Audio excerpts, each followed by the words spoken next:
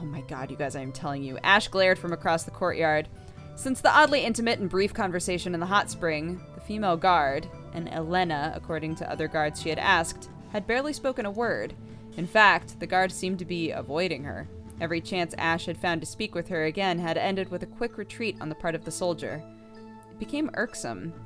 Ash was about to finally get her chance. She was on duty, one of the few posts that permitted a single guard, and with the shift change about to end, Ash would finally catch her alone. Watching the other guard bid Elena farewell, Ash smiled and strode out from the pillar behind which she had laid in wait. Immediately, panic struck the woman's face. The look was cute on her. Hello again, Elena. Yes. Hello, Lady Ashmar. How might I serve you today, my lady? I was just passing through and wanted to say hello. Try to keep in touch with friends, you know?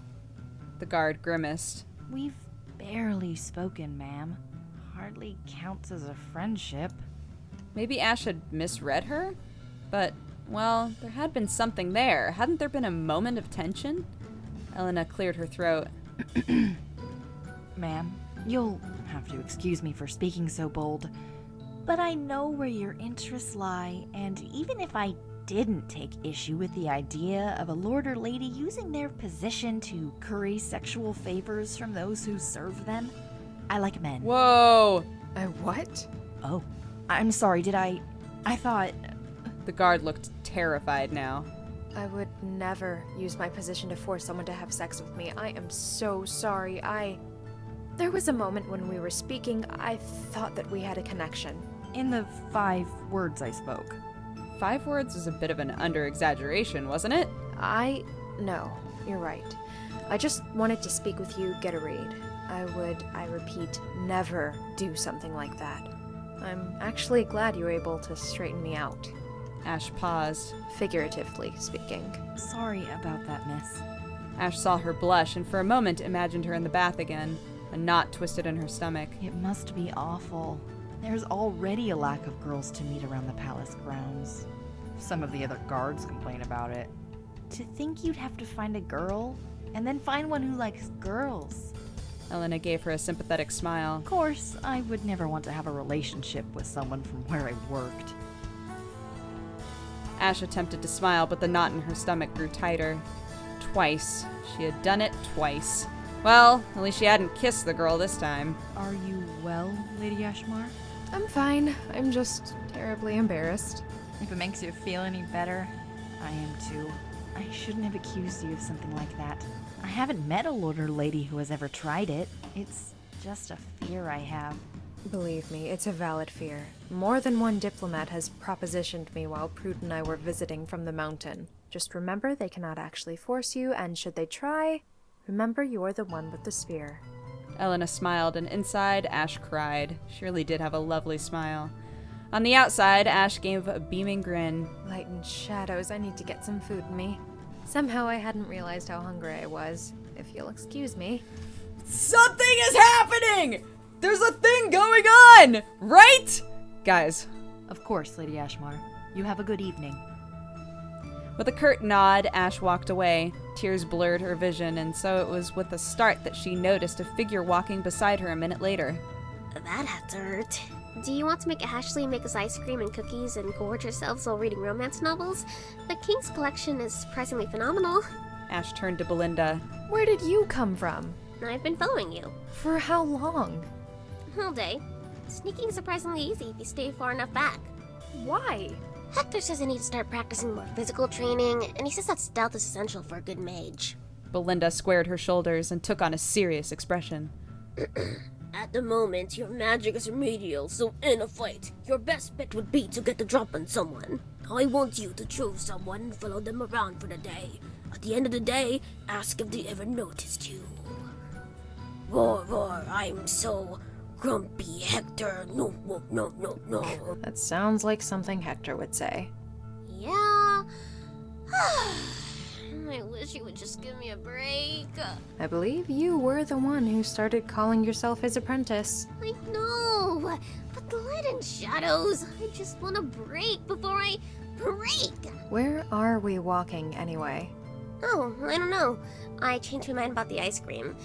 I'm trying to lose some weight. I think it will make the laps Hector has me running a little less painful. I was kind of hoping to find a bit of cold comfort. Well, I know what can help you there. There's nothing else quite as comforting as knowing someone else is suffering with you. Let me tell you about when I confessed to Elfnod. Oh no, please don't. This is going to hurt, isn't it? It's too late! We are cursed to love those who are not even possessed of the same sexuality. We are bonded. Our stories must be shared. Let's go! It all began a week ago. Elfnod and I had been getting incredibly close recently. We have been practicing our magic together, and for a time, he was even training me with a blade. Before you asked me to join you, right? Yes. Now, after one hot and sweaty day of practice, we both found ourselves in a changing room. And with a nonchalance that took my breath away, Elfnod stripped off his armor and shirt. Belinda cooed to herself. Let's just say I fibbed a bit. It wasn't a nonchalance that took my breath away. He was just... Look at all them muscles. Muscle, muscle, muscle, muscle. Muscle City. Belinda paused, looking for the words. He left me speechless. So it was much appreciated when he broke to silence. He turned to me, his eyes narrow, blinking away sweat as it dripped down his bare body. And he asked me, that was a hard workout today, wasn't it? It was then that I knew I had to tell him. I rushed forward, pressing myself against his slick chest, and looked up into his dazzling eyes. I told him, Elfnod, I think you know by now how I feel about you. I've felt this way since the day we were paired. I felt it in my heart, in my bones, in my very soul. We're destined to be together, Elfnod. Then I told him, I love you. Oh, twisting shadows and blinding light, you didn't. I did. My confession jumped straight to love. I swear his eyes nearly bugged out of his skull. For a moment, he looked like one of those dogs, the ones that look like someone smashed their face in. A pug? Yeah, Aww. he just stared at me with his pug face. Then, slowly, he stepped back, still holding my hands. And he says, slowly, calmly, clearly, Belinda, I'm gay. I don't know which hurt worse, the rejection or the embarrassment. Fortunately, I didn't have long to consider it. Because of my rather unstable emotional state, I tried to escape. Only tears blinded me, and instead of charging out of the room, I charged headlong into the half-open door. Were you alright? I had a concussion, apparently, but Elfnod had no trouble healing it. He's pretty incredible. That's part of why I fell for him so hard. Ash reached out and put her arm around Belinda's shoulder, pulling her into a hug. I'm so sorry that happened. I've already moved past it. Still, yikes. Hey, at least you got your mind off your rejection. The memory of her most recent misfortune returned in a wave to Ash's mind. Ash felt her face twist into a grimace. Oops. For a moment, the two stood in silence, shoulders sunk. Ice cream? Ice cream. With that, they were off to the kitchen, hoping they would find fresh cream and sufficient ice. The letter took the messenger hawk a day. The return reply was succinct. We shall leave on the morrow. We have a great deal of interest in this gray mage, both his origin and his abilities. A week passed before the heads actually arrived. Though apparently hurried, they took their time approaching the palace, ensuring they had lodgings and then having their horses properly stabled before even beginning the approach. Are you ready? Prude gave her a somber nod. Hector patted at his pocket, full of black roses, and nodded. Ash's own pockets were full as well. She didn't really know why, but they were a comfort. This idea still terrifies me. It'll be fine. I know my curiosity can only go so much longer without being sated. Prude pulled Hector in close, and the two kissed. We'll get you back, okay? Hector nodded, and Prude stepped into one of the rooms immediately to the side of the court, hiding behind layers of curtains. They're coming. I thought you didn't want to use this form of communication anymore. Yeah, but your messenger bird is dumb, and they're Closing in on her. Have you decided to do anything about it? I don't know yet. I don't know what side they're on in this fight. Not yet. You'd better make your decision quickly. The cultists are closing in. I can sense them. They're not cultists. Any advice? No, I'm done. I don't do this anymore. Too many mistakes. Please. Just trust your heart. It's one of the only good ones I know anymore. Ash's mind fell silent save for her own thoughts. Before she had a chance to collect them, Zachariah opened the door, leading the way for Luciana and an enormous cloaked figure. One of her golems, likely, a good form of protection on a long road. The Grey Mages were closing in, if the voices could be believed. That would be rather convenient, and besides, it provided some sense of their motivation if they were about to attack now. It's good to see you again, all of you.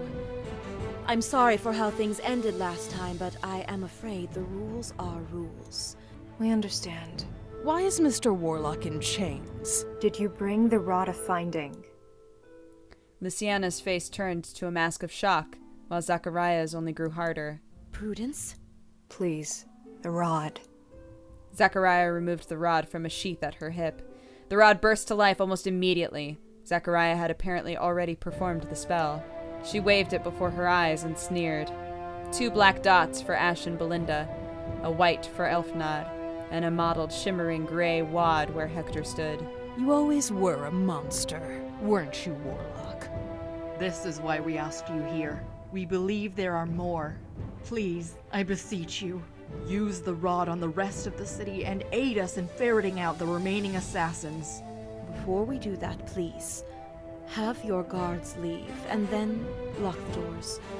What we are about to discuss cannot be overheard. We have my golem to protect us in an emergency. Guards will be of little consequence to a Grey Mage anyway. The king beckoned to her guards, and they did as commanded.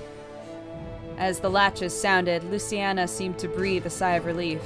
I admit, I had heard rumors of a couple intending to produce a child Grey Mage. That was so many years ago, and no member of either order ever produced reports of such. I had simply assumed such attempts had bore no fruit. To think I had such a creature under my tutelage for so long. Why are you smiling? And yet I cannot help but wonder at the purpose of this farce. Oh. How did you know that Hector did not kill my daughter? Luciana raised her hand and tapped her mark. You forgot to cover the boy's hand. Hector flushed as he looked down to the exposed spider. But Grey Mages don't lose their mark when they eat another's organs. No, but the mark changes. Some might say it corrupts. How do you know so much? We are the heads of the orders. We would be remiss if there were any parts of magic we were not well versed in. Luciana laughed. It's the primary reason Zachariah was so often at odds with Mr. Warlock. Fine, you know it was a sham to bring you here. We need your help to find the Grey Mages who are hunting us. We think they're after Ash. We think she may be paired to one. That, or they may be after me. That's awful presumptuous of you. What? No. They were after Prudence and the king. Luciana, how do you know of this? Because, my dearest niece, we hired them. God damn! I didn't trust you, bitches! I didn't trust either of you! Luciana tore the cloak from the golem at her side. The golem was unlike anything Ash had ever seen before. It was wood. I cannot thank you enough for all your research. I had never imagined how much more effective a golem crafted from wood could be until I saw your research into plants. I haven't quite gotten reanimation of plants down, but, well, golems were a simple matter for me, and startlingly effective. Now that we have the doors locked and all the main players trapped in here with us. Luciana extended her arms, sickly green energy coiling around each finger. Golem, kill. Oh my god, what a twist! The creature closed the distance to Hector in a moment, and Ash heard a wet snapping noise as he flew like a ragdoll across the room. Elfnod did not even have the chance to draw his sword as another blow left him bent awkwardly around a pillar. Belinda, right beside him, leapt desperately out of the way of a stomp. Zachariah began to slowly, almost gleefully, draw her blade, marching toward the king. Prude was upon her in the blink of an eye, leaping from the side room, arm flashing as she drove it straight toward Zachariah's face. We're related. Let me guess. That white spike monstrosity on top of your head used to be red? Zachariah sneered. Ash became aware that she had been standing stunned. She had to help. Turning to Luciana, she curled a finger and then arced a curse at the head mage. Luciana barely moved as the curse dissolved mid-flight.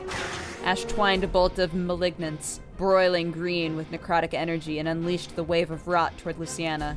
The head dissolved it with a single breath. The curse that struck Ash came quick and sudden. She felt her fingers bend and then curl awkwardly, the bones contorting. Ash could only barely stifle a scream as she clawed desperately at that distant ball of whiteness, the same she had called upon to empower her reanimation spells. The grip felt almost tangible as she found it. The pain seemed to fade slightly, and she looked up to meet the gaze of not Luciana, but her golem. The creature raised an enormous fist high above its head, and Ash reached deeper. Inside her swirled the magics of a pair, black and white, intermingling wildly. She slammed her open palms down upon the creature's foot and felt the sap inside it begin to flow. Scars left by the woodsman's axe began to close, the ebony ichor rending its way across open wood. Scars left by the woodman's axe began to close, the ebony ichor rending its way across open wounds, clotting them shut. New growth burst wildly until, arcing across the creature's back, a bloom of midnight leaves began to unfurl. The white-hot green of its eyes faded to a dull gray, and then to a lightless black. The creature opened its hand as though seeing it for the first time. It turned to examine its entirety, its leaves seeming to swell as it breathed. What did you do? Ash found her feet beneath her and forced herself to stand. I took your golem. I don't need it to defeat you! Ash felt the curse strike like a blow to the head and then 1,000 more. It hammered with a fury that blinded her. She fell to her knees. Somewhere in the distance, she could hear the woman's footsteps click as she came closer. Dirty little girl! I will find the secret to your magic, and I will ensure that history will write its origin as me. My discovery will change necromancy as we know it. Fortunate victim of an assassination! Pain struck Ash, pinpricks in her hand, an afterthought to the hammering in her skull. Opening her eyes, she pulled forth a black rose. She gasped, pain latching at her thoughts, catching the sweet scent of the dead rose.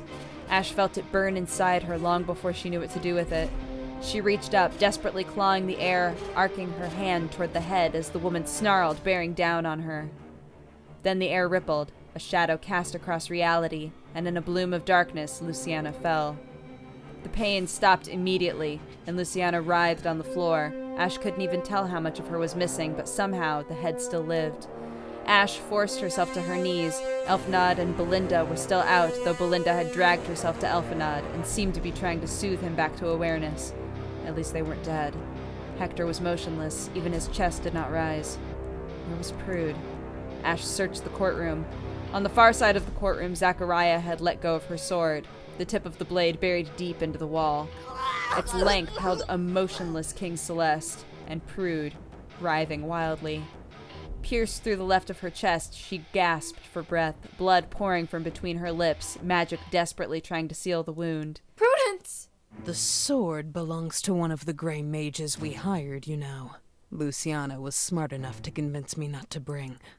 Zachariah stopped mid-sentence, turning back to see Luciana on the ground, almost half of her body seared away. No. Zachariah charged towards her love, dropping to her knees, tears in her eyes. No. Nothing was worth losing you, my love. No kingdom was worth this price. Zachariah began to blaze with violent white light, pouring it into the charcoal that remained of the most grievous of her wife's wounds. Come back. Come back. Zachariah pressed her head against Luciana's chest, and closed her teary eyes, smiling. She's breathing. She has a pulse. After all this, I will heal her. She may lose an arm, even her legs, but she will never lose me. Zachariah slowly placed a kiss on the lips of her unconscious lover and stood up, holding 3 stones, remnants of debris. 3 of you left. Elfinad had finally opened his eyes, and Belinda stared into them, smiling. Her expression suddenly turned black as a small piece of debris hit the wall behind her. Elfinad looked confused until blood began to pour from a gaping hole in her chest where her heart should be. She collapsed. Another rock ricocheted wildly as it detonated Alphino's shield. You've been practicing. Ash pulled free a fistful of the black roses, and drawing in a breath of their violent fragrance, she let forth another gout of the black flame. The inky black washed over Zachariah like water over glass. Interesting trick. Stop her! Ash's voice cracked as she shouted, but the creature seemed to hear, closing in on Zachariah and swinging with all its might. Zachariah met the punch head-on, swinging with all of her strength. The wood splintered as she grabbed an arm and tore it free. A kick brought the beast low, and a third strike left it motionless. Hector never really realized how much power we truly wielded as heads, and yet he dismissed us so easily, as though he always had some trick up his sleeve, a trump card. Zachariah hefted the enormous beast above her head, and with a motion as quick as an afterthought sent it crashing into the forms of Alfinod and Belinda. Tell me, Miss Veronica Ashmar, do you have a trump card? Ash reached into her pocket. No flowers remained. She tried to draw upon the wells once more, but no spell she could think of seemed enough. In desperation, she threw her strongest curse. Zachariah took it head on, but no hammering pain struck her. No twisting of joints, no boiling of blood, no searing pain, nor virulent decay. She merely stood. I wish I could make your death slow. Let you know exactly how angry I am. But I can only imagine it will be a few more moments before those doors open. Can you hear the ringing in your ears over the pain that you feel right now? You're likely so numb. It wouldn't be worth my time to torture you anyway. Goodbye, Ash. The blade blossomed through Zachariah's throat and ripped outwards, spraying Ash with a rain of blood. Zachariah fell to her knees and slumped to the floor. The figure in the gray cloak walked over to Luciana and sliced open her throat. Blood loss would kill them both in seconds. The cloak was familiar, a pale gray, reminiscent of... And suddenly it clicked. The figure following them in the rain. The figure she rode past in the snow. This was the Grey Mage. The assassin approached her and reached out their right hand. There was the phoenix mark. You need to save your friends. Momentarily stunned, Ash struggled to find her response. How? Aren't you the paladin in our pairing? I felt that power. Ash gestured toward her mark. What? No, I don't have any powers like that. Spiraling stars, girl. Use the white magic you were using earlier with the plant. What? I don't know how to do that. I do. Hector had finally stirred. The deathly twist in his back seemed to have straightened, but his legs were still broken, bent sharply in the wrong direction at each femur. Please bring Prude and her mother to me. Get them off that sword. Ash found them both unmoving and tried to pull the sword free. It remained stuck. The man in the cloak pushed her aside and tore it free with a practiced ease that made Zachariah's earlier strength seem that of a child. Tossing the sword aside, he hefted both bodies and brought them to Hector. Hector checked the king first and flinched, moving wordlessly to Prude. She can still live. How? You haven't used your light magic since you were a child. Even Zachariah couldn't heal a wound like that. I have a plan. Then why not the king? She is more broken than I can repair. Please, help! Ash and the cloaked man turned to the rubble of the golem and the pillar that had collapsed on it. Get him out of there. Ash staggered back to her feet and rushed to the rubble. Between her and the man, the rubble was gone in moments. Beneath, Alfinod, oh my gosh, I don't know why. I'm having so much trouble with this name right now. Beneath, Alfinod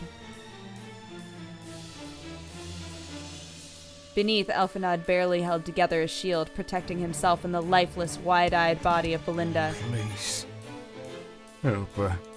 Beneath the hood, the man grimaced. Ignoring the clear lack of acceptance of the grim fate of Elfnod's pair, the man scooped up her body, his hood finally falling back. Ash gaped as the cooking boy carried the body to Hector. Oh my god, what if all of these people who we've seen for like a split second, and I keep being like, why did we only see this person for like a split second? What if all of them are phoenixes? Oh, like the girl in yellow! Oh, like the yellow necromancer girl! And, oh my gosh, you guys. Oh, and that's why earlier on, they were talking about, like, I wonder if you could have 3 people paired up, or 4 people. Like, what if she's part of, like a secret society of phoenix hands? Guys! Okay. The sight was almost enough to distract her from Hector himself. In Hector's hand was a beating heart. A pale white glow pulsed in its depths. Its arteries and veins and what appeared to be a number of organs snaked wildly around it as he forced it into Prude's chest. The tendrils flailed for a moment before burrowing into her body and dragging the heart into place. Is this one of his hearts? The sight sickened her. She turned her disgust to Hector. It was then that Ash noticed the gaping wound in Hector's own chest. Please, save her. Elfnode was near delirious himself, clearly at least in shock, if not critically injured. He scrambled one more time and seemed to fall asleep. Hector grimaced and forced his hand back inside of his chest. He did not scream, but as she watched, Ash could hear flesh tearing. The second heart writhed, but it seemed to lack the life of the first. With this in her chest. We're gonna turn everybody into gray mages! Oh my god! The cook nodded and emulated the action Hector had taken with the first. The dark thing settled into Belinda's chest like an animal in a den. Hector closed his eyes and placed his hand over the wound in his chest. Why hadn't the doors opened? Surely the guards should have arrived by now. She could hear the pounding. Turning, she found the metal rent, twisting the doors together, sealing them shut. I can't be caught here. Not if I have any hope of stopping the cultists. The cultists? The Grey Mages are still coming. You said in your message. Ash surveyed the carnage. We're not ready. No, not the Grey Mages. The Knights of the Blade. Who? The boy gestured at the 2 heads. I don't have time for that right now. I have to leave. Please, just tell me who you are. We're paired. That means something, you know. I'm starting to realize that, but we're about to have company. Take care. We'll meet again. Please, at least tell me why I wasn't paired to a girl. What? That was an odd question, but it had bothered her more than she cared to admit. Well, I actually am a gal. A hand passed over the boy's face and revealed a face almost as alien as it was beautiful. Black skin like blue ebony. What? And long flowing locks of hair as white as the purest snow. She had eyes that shone like polished jade, and her lips stained a dark red, peeled back to reveal perfect teeth save for canines just a shade too long to be human. She twitched ears roughly 7 inches long and leaned in close. Ash smelled fire and cinnamon on her.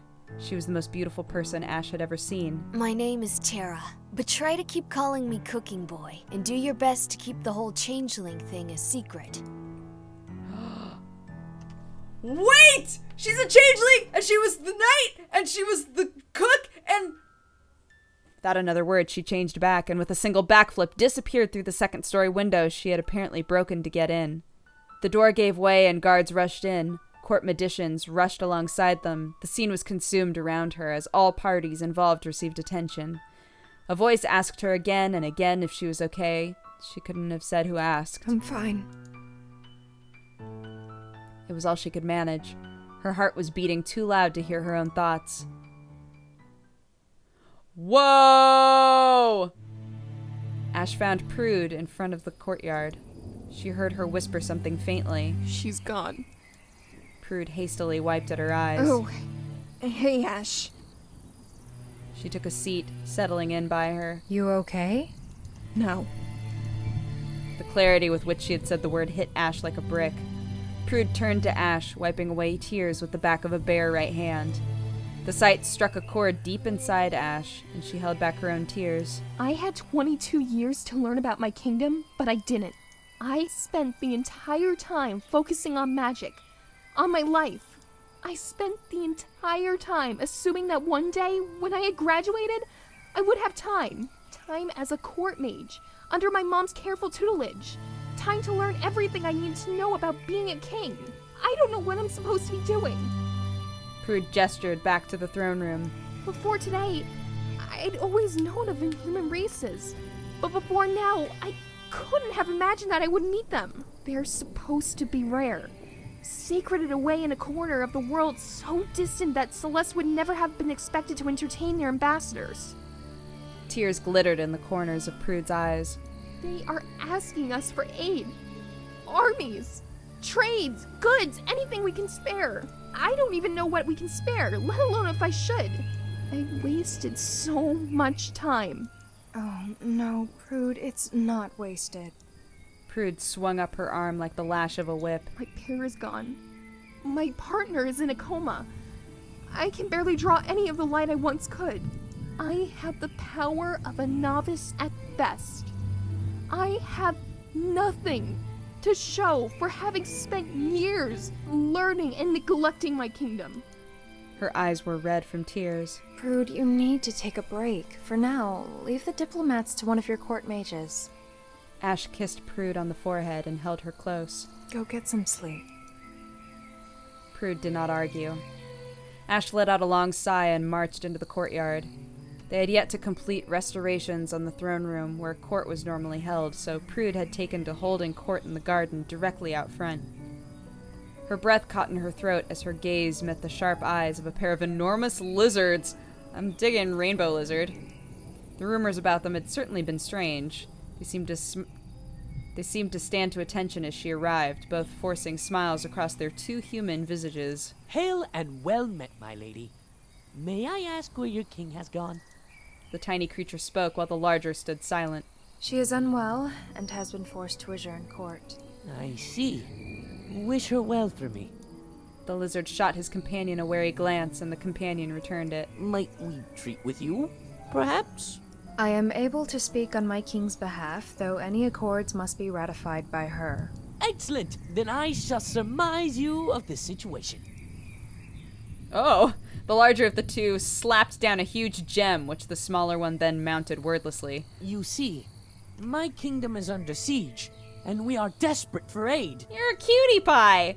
We have many fine goods. Rare grains and bugs, delicious and succulent fruits. We also have marvelous arc engineering.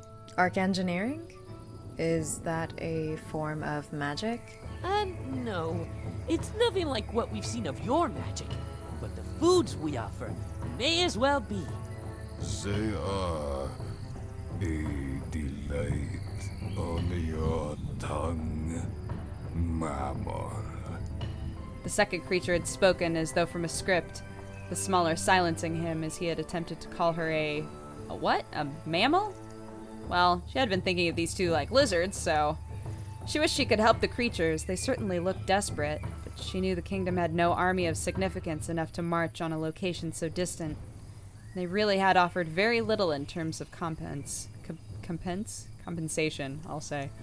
Food and some false form of magic? The food would spoil. Without time or an expert to research the realistic applications of the arc engineering, it would be a costly gamble. I'm afraid we are unable to offer you aid at this time. Our kingdom is in a time of unrest. We cannot offer troops to a new ally before we can even find the earth beneath our feet. The little creature looked crestfallen. I see. I'm sorry to hear that. Mama Lady Cola's ally. Negotiations quicker than expected. We are allies now. The smaller of the pair suddenly perked up. His eyes gleamed like polished gems as he met Ash's gaze. Yes, I suppose an alliance can certainly begin between us. With a flourish like that of a street magician, the smaller lizard produced a volume of paper that struck fear into Ash as though he had produced the very weapon that had slain the previous king. We must discuss terms! Trade agreements, import and export taxes, tariffs. Immigration accords. We need know what kingdom's alliance with you restricts us from treating with. We don't want to put a tiger and a lion in a box, now do we? Tiger? Lion? What? Of course. Croc, you go meet Trimeville Xanthine. This is going to take a while. Yes, Mox. With a bow, the large beast set down his enormous pack and gathered a bag overflowing with a dirt-like powder. He sniffed the air and began marching toward the kitchen. Now, I need to know how your people feel about the terminal period of egg adoption. It was going to be a long night. What exactly was trimethylhexylethine anyway? Red Bull? Is it just Red Bull? A cool breeze washed over her, making Ash shiver. Laying out on the grass during the winter was less than an optimal situation, but the now living golem had refused to leave her side, and she needed the fresh air. She held a black rose in front of her and slowly breathed in its scent. No power came. How had she done it before? For that matter, where had the light come from? It still came when she called it. She had no issues performing reanimations. Was she somehow a gray mage too? The woman had said she was no paladin. The woman. Goddess, but she was beautiful. Ash sighed. The familiar clack of a cane and shuffle of feet sounded her to the arrival of Elfinod and Belinda. She opened her eyes to see the pair, arms entwined. Belinda stood tall. She had survived the incident with nothing more than a fierce scar right over her heart. Elfinod had not fared as well. His leg had been crushed, and though with Prudence's help it had begun to heal, it was still months from being able to be used without support. Don't mind us, Ash. I know you're wanting your quiet time. We're just getting Elfinod out for his daily walk. It's fine. Well, I say you needn't mind us, but you may want to pay mind to Prudence. She is not doing so well. Elfinod did not need to say why. Elfinod did not need to say why. Hector still had not woken up from his coma. A week had passed since he had given up his hearts. Prude and Belinda had recovered within the day. Elfinod was still recuperating, but Hector hadn't opened his eyes since he had last closed them. The Rod of Finding found Hector empty of magic, and though Prude had poured everything she had into healing him, he was motionless save for a single beating heart in his breathing. I'll go to see her. Ash sat up and stared into the black marble eyes of her golem. You know, I still haven't quite figured out how I made you.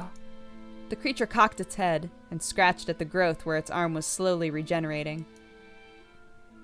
Ash walked inside, through the shattered courtroom, and the workers toiling away at its restoration. Akko at their head, her contract extended indefinitely amidst the chaos, past the guards and outside to the courtyard. Prude sat, looking as regal as had ever the old king, listening patiently as her commerce ministers brought her news of taxes and trades. Ash knew Prude enough to know she would listen with all diligence, but she had never expected to find herself in this seat so early. She wasn't prepared. I am sorry to interrupt Lord Marlock, Lord Gakor, but there has been an important discovery made of the magical nature. I'm afraid something like this cannot wait. Thank you. Prude gave each of them nods that could only be described as regal, and followed Ash back inside. The two advisors merely dipped their heads and exited the room. She maintained the air of utter dignity all the way back to the hallway outside of her room, where it dissolved with a long exhalation of breath. Thank you for that. I wasn't doing too well today. I heard. Belinda, ever since she got Hector's heart, she seems to always know what I'm feeling. Well, actually, it was Elfinod who said it, and anyone who knows you well enough can see it on your face. I imagine that's why Lord Marlock and Lord Gakor were so willing to let you step away. I'm not doing so well with this whole king thing. You're doing fine. Better than leaving your kingdom unstable. Do you want to go see Hector? Prude looked ashamed, but then nodded. The two exited the room and began the long march to the magician's quarters where Hector lay sleeping. Or at least, he should have been. Instead, he stood as fresh as the day he and Prude had been paired, examining a silver sword while a figure stood beside him in a gray cloak.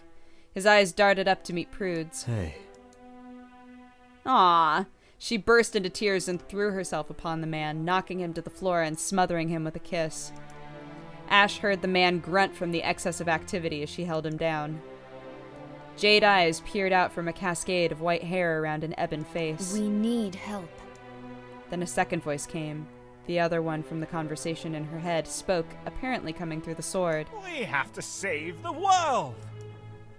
Wait, the sword talks? Ash rested her arm across her face.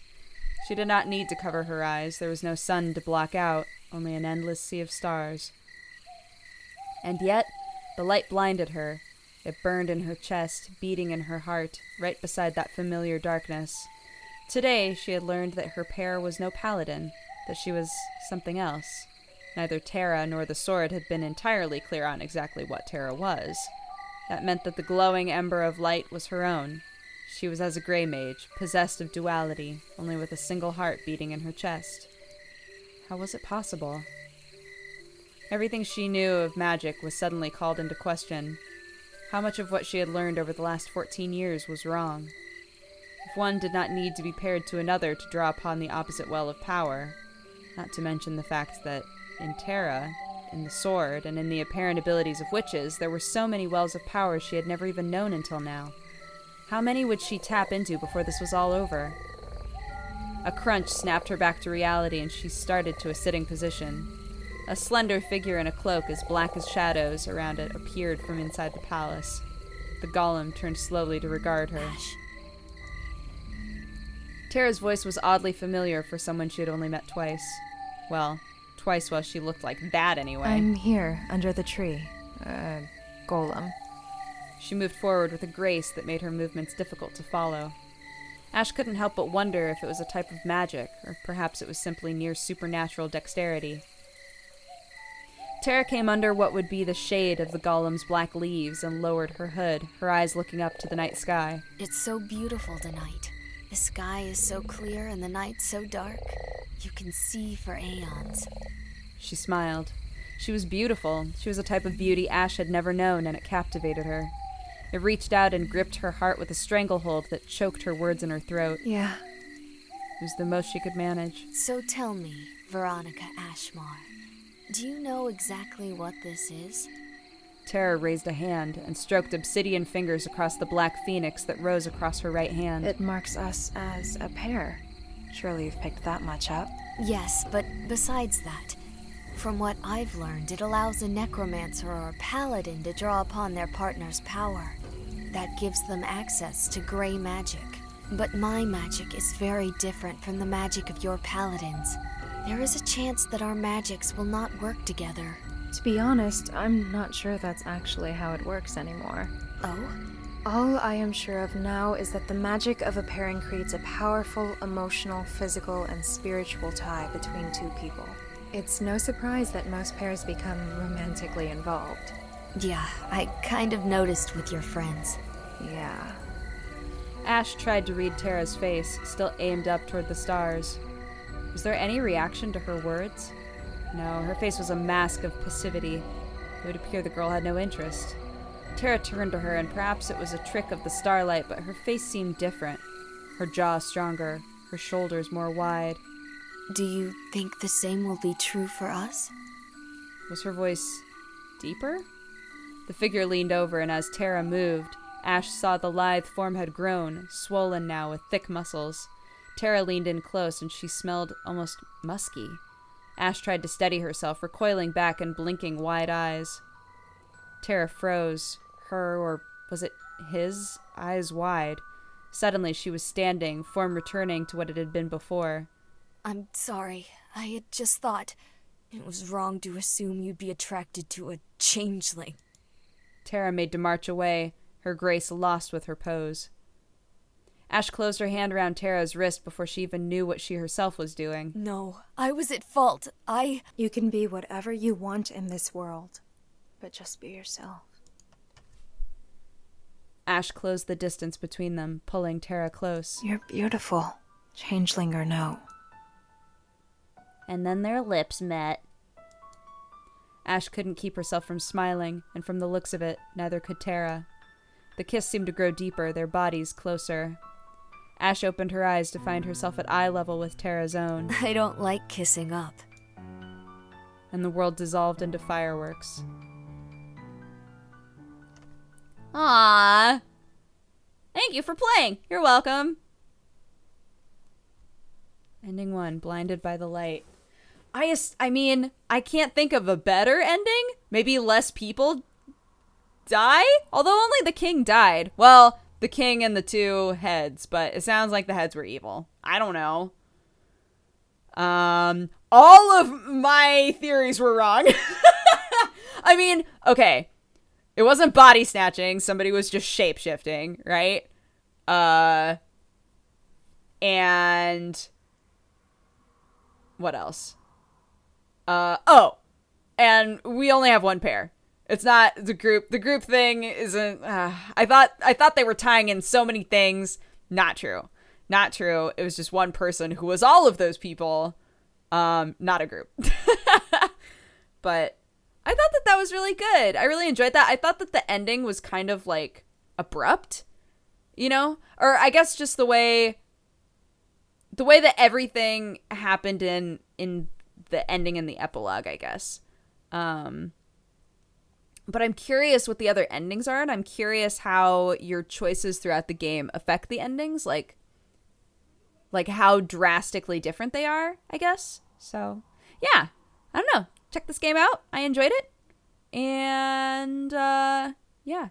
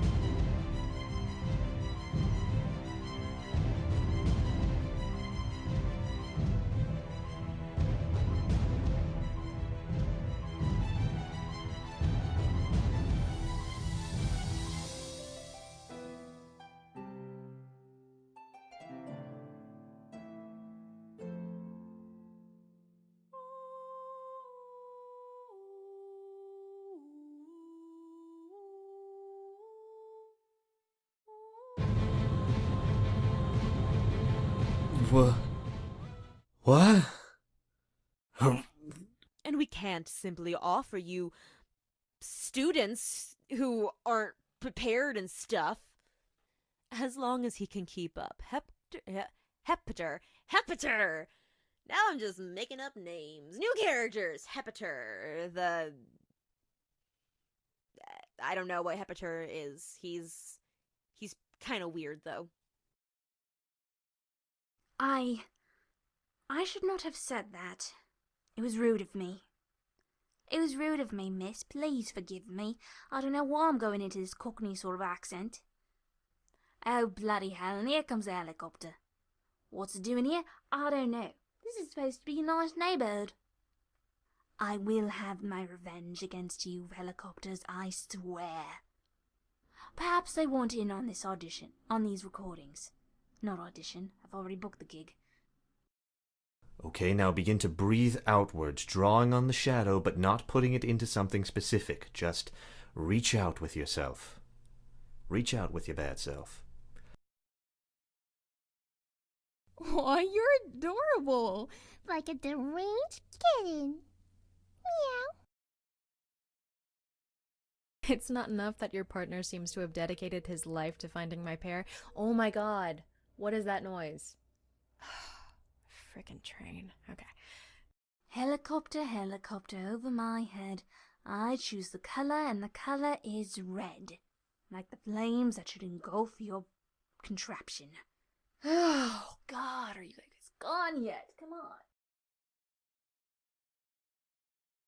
Just... oh, that's not my line. Ah, whoops. Chocolate. Just chocolate. Chocolate. Let's assume I did. Let's assume that then If you really cared for the future of Celeste, you wouldn't be... Okay. Not being the center of attention for once? Well, once. Ah, yes. Now, as far as... I cannot thank you enough for all of your research. Oh my god. Oh, I just went to be evil and I started choking. Ooh, woo, man. Being evil takes a lot out of you. Just don't think that's the kind of the demeanor. That's it. I wanted to read that as Dementor. Harry Potter, yay. How did you know that Hector did not kill my daughter? Gryffindor! Look, I know everyone says I don't act like it, but I'm older than you, Heck. Heck, I'm older than Heck. What? Heck, I'm older than Heck. Fudge, I just got that. Fudge! All my life I've been good, but now, whoa, what the heck?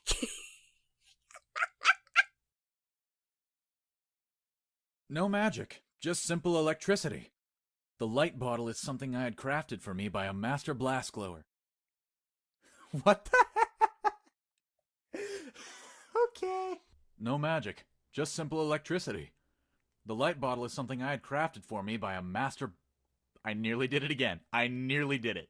So close. Glass blower. Not blast glower. I don't even know what the hell a blast glower is.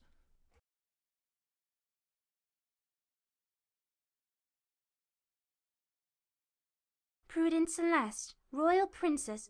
Okay. The food is ready. I must end this for now.